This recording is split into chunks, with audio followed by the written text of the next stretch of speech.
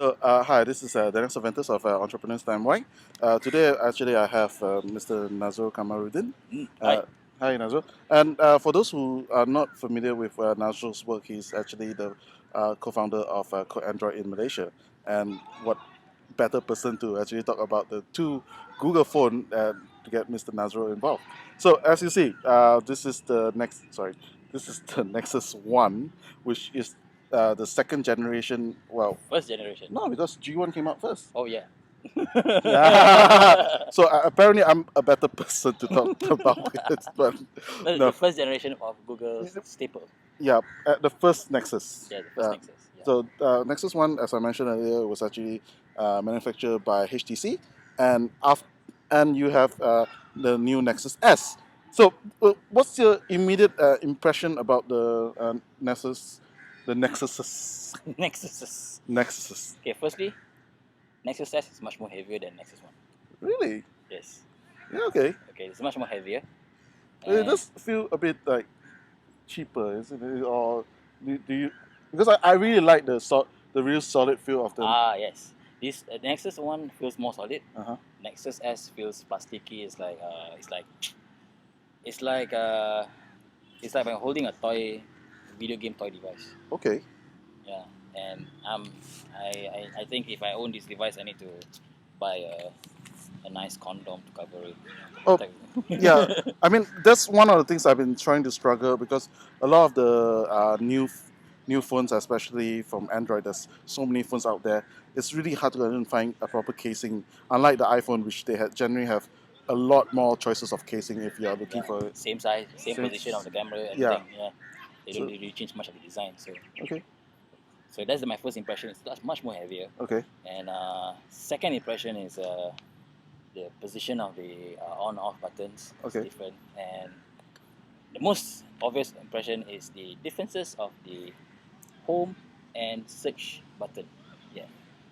Yeah, and so what we know about the search button is search position that I posted earlier on the site, Yeah. and I started Nazro and I we started off as a Nexus One user, and it's rather confusing initially if you play around with it.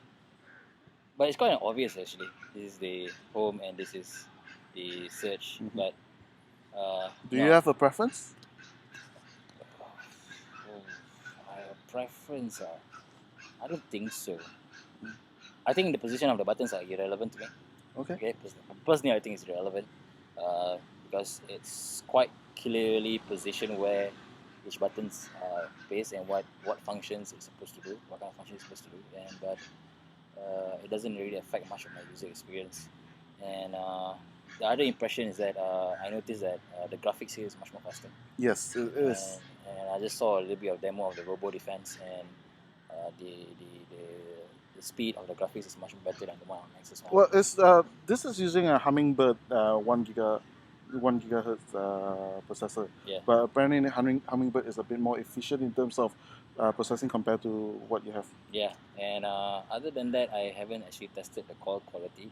I don't know, and I think should be better. But the other cool thing is that I could actually do front-facing camera, Okay. and that's really cool. I don't really have to budget myself every time I want to take a picture, do anything else, vain picture. So this one I just touch it. I can actually see Yeah, it. but on a business side, I mean, there's not many apps available in the Malaysian Android market for front-facing app. Yeah, Malaysian Android market, because that's also because we don't have the device to test it out. Okay.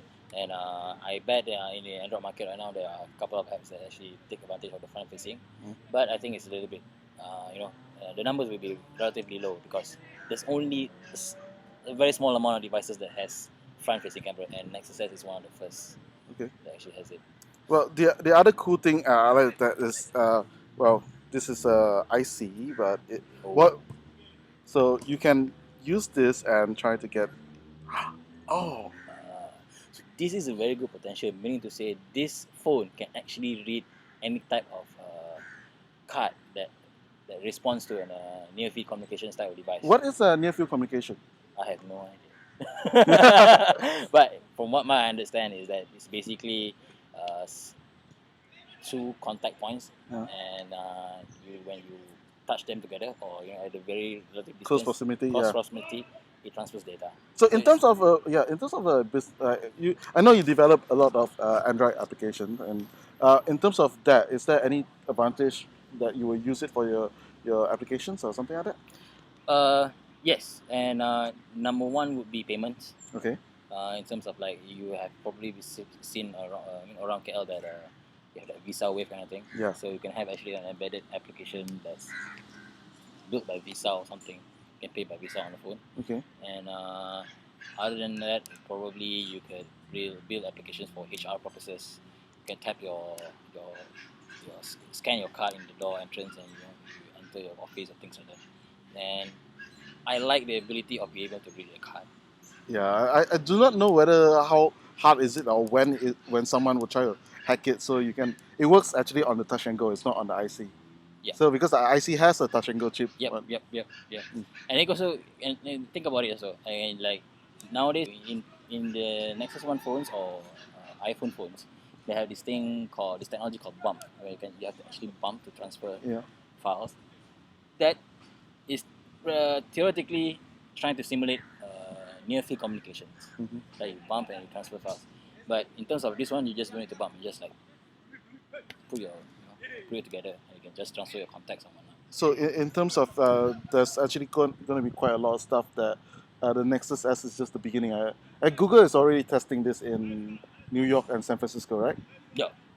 NFC. Yeah, they tested all this stuff, but I'm not sure. Yeah, I have no knowledge of what kind of applications they're actually trying to. Any prediction that when will we see actual usage of NFC in Malaysia? Anytime?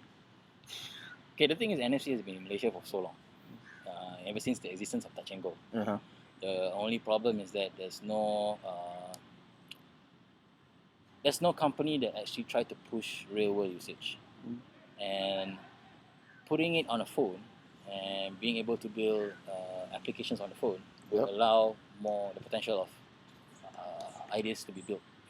Independent companies can actually build more applications on the phone and then test out the ideas. So I would think that the potential for NFC in Malaysia is going to grow. I don't really see when. I don't know when, but it's going to grow. It depends on who is going to take up the game and build something out of take advantage of this NFC. Okay. Well, so finally, is there any last thought for the phone or for the Android platform in general? I can't wait for to get my hands on a Zoom tablet or anything that's using Honeycomb, because it's actually even testing it on the emulator. It's pretty awesome. The new APIs are making it's allowing us developers to develop more more robust applications, at the same time more user more user friendly, increases the kind of user experience on the applications. Cool. Because the current API for phones for 2.3 and below, there's a lot of limitations on how you want to do animation and stuff like that. But in terms of Honeycomb, it opens up a lot of APIs, and there's new APIs to play with. So I guess my expectation is that Honeycomb will come to phones soon.